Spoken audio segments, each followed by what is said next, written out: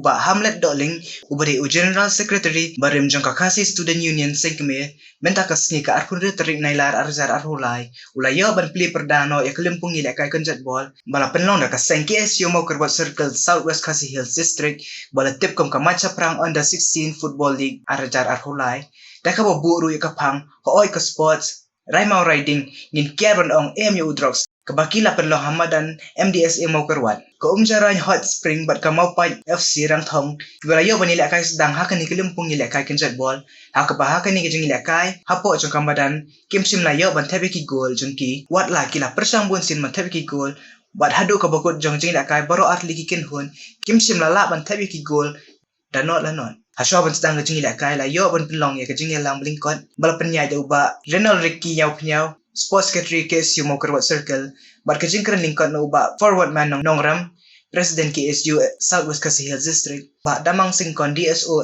Southwest Khasi Hills District ba na uba Hamlet Dohling uba long kumukong sana kani kasngi haringkat da kejing sakhi jong kipat ba kikat tu kat nikit khot jong ka KSU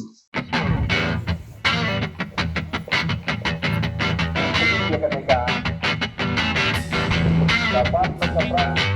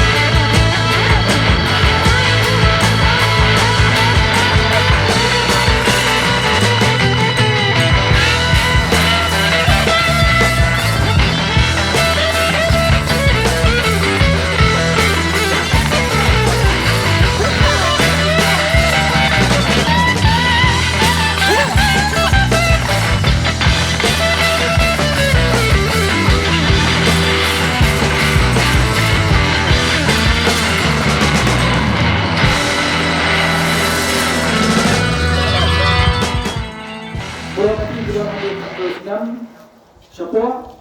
Bagian jangan. Jada pi pitristom sarupa lai sausnya.